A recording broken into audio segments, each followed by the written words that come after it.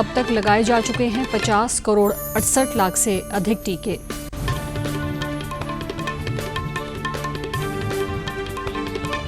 और देश आज मना रहा है भारत छोड़ो आंदोलन की 79वीं वर्षगांठ।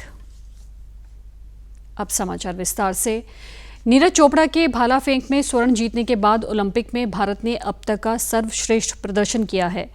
टोक्यो ओलंपिक में भारत ने 7 पदक जीतकर इतिहास रचा है। भारत ने टोक्यो ओलंपिक में अब तक का सर्वश्रेष्ठ प्रदर्शन करते हुए 7 पदक जीतकर इतिहास रच दिया है। कल एक सदी के बाद एथलेटिक्स में भारत ने स्वर्ण पदक जीतकर एक स्वर्णिम अध्याय लिख दिया।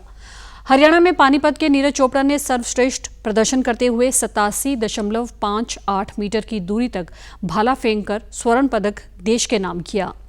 नीरज ने अपनी जीत के बाद कहा कि क्वालिफिकेशन राउंड में अच्छा प्रदर्शन करने से उन्हें उम्मीद थी कि फाइनल में भी वो बेहतर करेंगे। नीरज ने अपनी इस उपलब्धि के लिए सभी के सहयोग के लिए धन्यवाद किया। नीरज की इस सफलता पर उन्हें पूरे देश की बधाई। हरियाणा के राज्यपाल श्री बंडारू दत्तात्रेय ने नीरज चोपड़ा को टोक्यो ओलंपिक के जेवलिन थ्रो में स्वर्ण पदक पाने पर बधाई दी है। उन्होंने कहा कि ओलंपिक में स्वर्ण पदक जीतकर स्वर्णिम इतिहास रचा है।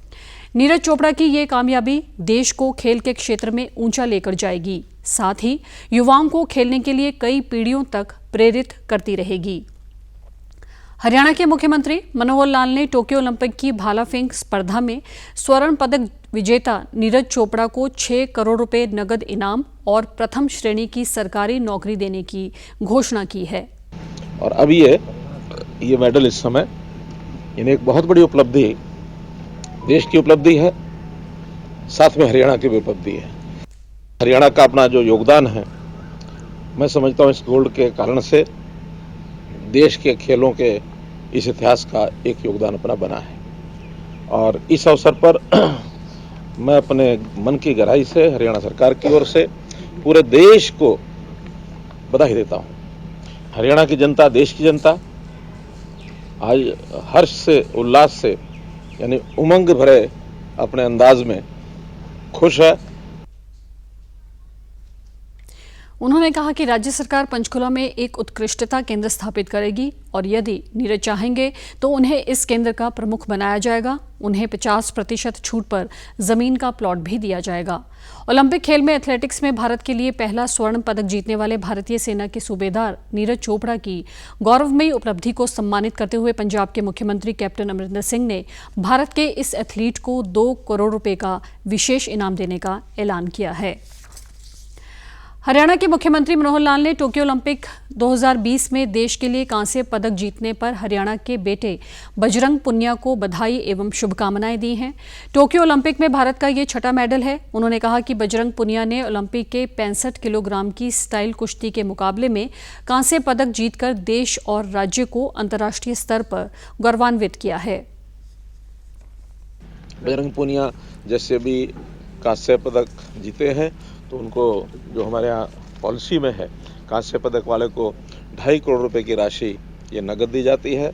साथ में सरकारी नौकरी मिलती है और एक हुड्डा का प्लॉट जो है वो भी उसको 50% की कंसेशन रेट के ऊपर मिलेगा। इस अवसर पर मैं आपके माध्यम से पूरे देश के लोगों को, हरियाणा के लोगों को खास करके मैं बधाई देता हूं, शुभकामना देता हूं कि आगे भी इसी प्रकार खेलों में हरियाणा हमारा आगे बढ़ता रहे। उनकी इस जीत पर मुख्यमंत्री ने घोषणा करते हुए कहा कि प्रदेश की खेल नीति के अनुसार बजरंग पुनिया को ओलंपिक में कांस्य जीतने पर 2.5 करोड़ रुपए, नौकरी और रियायती दर पर प्लॉट पुरस्कार स्वरूप दिया जाएगा। मुख्यमंत्री ने यह भी घोषणा की कि बजरंग पुनिया के गांव खुड्डन में आधुनिक सुविधाओं से लैस इंडोर स्टेडियम बनाया जाएगा। मुख्यमंत्री ने कहा कि हरियाणा के खिलाड़ियों द्वारा ओलंपिक में अच्छा प्रदर्शन करने पर सभी प्रदेशवासियों को गर्व है। देशव्यापी टीकाकरण अभियान के तहत अभी तक कोविड-19 की 50 करोड़ 68 लाख से अधिक खुराक दी जा चुकी है। स्वास्थ्य मंत्रालय के अनुसार पिछले 24 घंटों में 55,91,000 से ज्यादा टीके लगाए गए और 43,910 कोरोना संक्रमण से स्वस्थ हुए। संक्रमण मुक्त होने की दर 97.39% हो गई है। देश में अब तक 3 करोड़ 10 लाख 99,000 मरीज कोरोना से ठीक हो चुके हैं। केंद्र सरकार ने राज्यों और केंद्र शासित प्रदेशों को अब तक 51 करोड़ 66 लाख से अधिक कोविड टीके उपलब्ध करवाए हैं।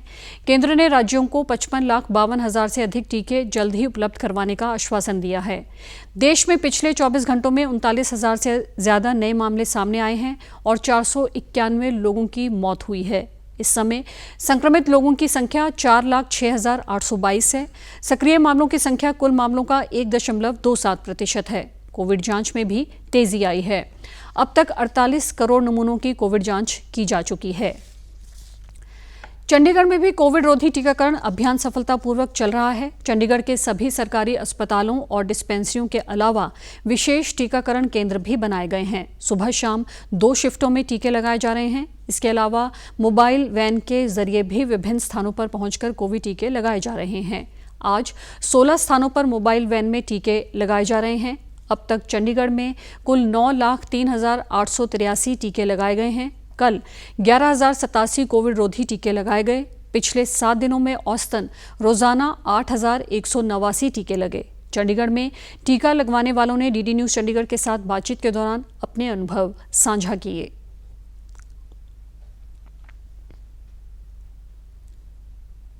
मैंने वैक्सीनेशन लगवाई है, इसलिए मैं सबको यही एडवाइस करती हूँ कि सब वैक्सीनेशन लगवा लें ताकि वो भी सेफ रहे और उनका परिवार भी सेफ रहे।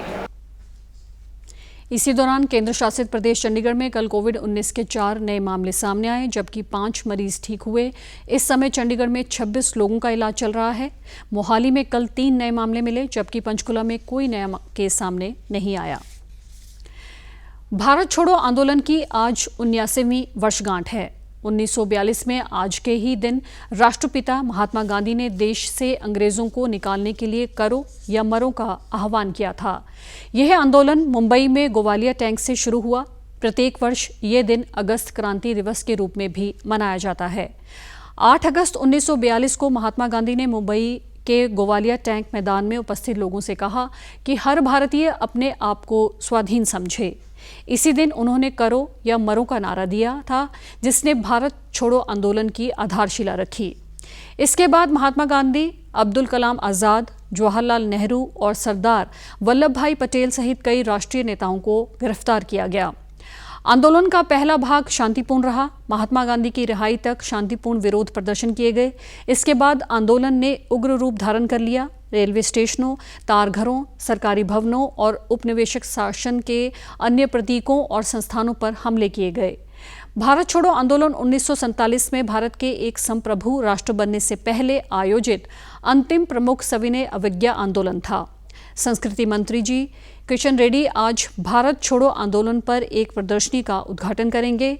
इस उपलक्ष्य में फिल्म प्रभाग स्वाधीनता के लिए भारत का संघर्ष श्रृंखला में 2 विशिष्ट वृत्तचित्र दिखा रहा है। ये वृत्तचित्र आज फिल्म प्रभाग की वेबसाइट और YouTube चैनल पर भी दिखाए जाएंगे। पंजाब की सहकारी चीनी मिलों द्वारा गन्ना काश्तकारों की बकाया रहती राशि की अदायगी के लिए सरकार ने 45 करोड़ रुपए जारी कर दिए हैं। सहकारिता मंत्री सुखजिंदर सिंह रंधावा ने चंडीगढ़ में बताया कि ये बकाया राशि 2020-21 की अदायगी के लिए है। मंत्री ने कहा कि सरकार द्वारा साल 2021-22 के बजट में बकाया राशि की मुकम्मल अदायगी के लिए 300 करोड़ रुपए का प्रावधान किया गया है। उन्होंने कहा कि सहकारी चीनी मिलों की शुगर एक्सपोर्ट सब्सिडी और बफर स्टॉक क्लेम के तौर पर बनती करीब 10 करोड़ 56 लाख रुपए की जल्दी अदायगी के लिए केंद्र सरकार के साथ संपर्क किया जा रहा है, ताकि गन्ने की कुल बकाया अदायगी जल्दी की जा सके। रंधावा ने बताया कि सरकार द्वारा गन्ना काश्तकारों की आय बढ़ाने के लिए प्रयास किए जा रहे हैं। सहकारी चीनी मिलों ने गन्ने की बिजाई के लिए पंजाब कृषि विश्वविद्यालय लुधियाना और Indian Kaushal of agriculture research Karnal के सहयोग से गन्ने की अधिक पैदावार वाली किस्मों के करीब 20 लाख पौधों की पनीरी तैयार की है। ये पनीरी काश्तकारों को बीज के तौर पर दी जाएगी। कलानौर में गुरु नानक देव शुगर केन शोध और विकास केंद्र की स्थापना की गई है और लगभग 15 एकड़ में बीज फार्म तैयार कर दिया गया है। और अब खबरें फटाफट। प्रधानमंत्री नरेंद्र मोदी द्वारा कल पीएम किसान योजना के तहत वित्तीय लाभ की अगली किश्त करेंगे जारी। कोरोना वायरस का खतरा अभी टला नहीं है। इसलिए सभी से निवेदन है कि बाहर जाने के समय मास्क जरूर पहनें, सामाजिक दूरी बनाए रखें और बार बार अपने हाथ साबुन से धोएं और सैनिटाइजर का इस्तेमाल करें। महामारी कोविड-19 जिसका कहर संपूर्ण मानव जाति को अपनी आगोश में ले चुका है। टीका या दवाई उपलब्ध होने तक महामारी के खिलाफ मानवता की जंग जारी है। ऐसे में सबसे जरूरी है सावधानी और बचाव।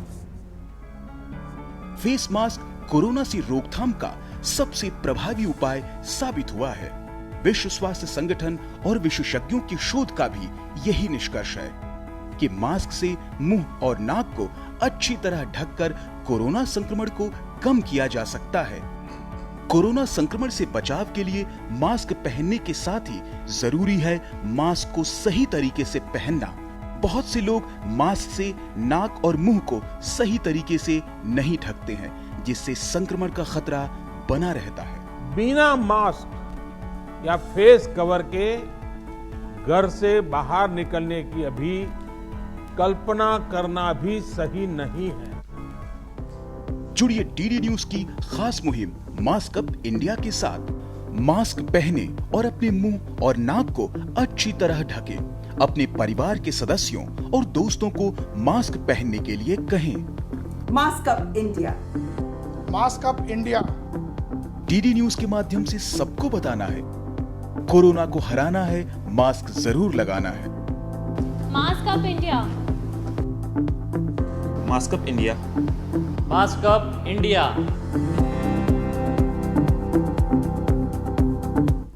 और आप हमारे समाचार YouTube channel DD News Chandigarh, Facebook DD News Chandigarh और Twitter handle DD News CHD पर भी देख सकते हैं। इसी के साथ चंडीगढ़ से समाचारों का सिलसिला समाप्त होता है और अब मैं स्टूडियो से बाहर जा रही हूं, तो मैं अपना मास्क पहन रही हूं। आप भी घर से बाहर जाएं तो मास्क ज़रूर पहनें। नमस्कार।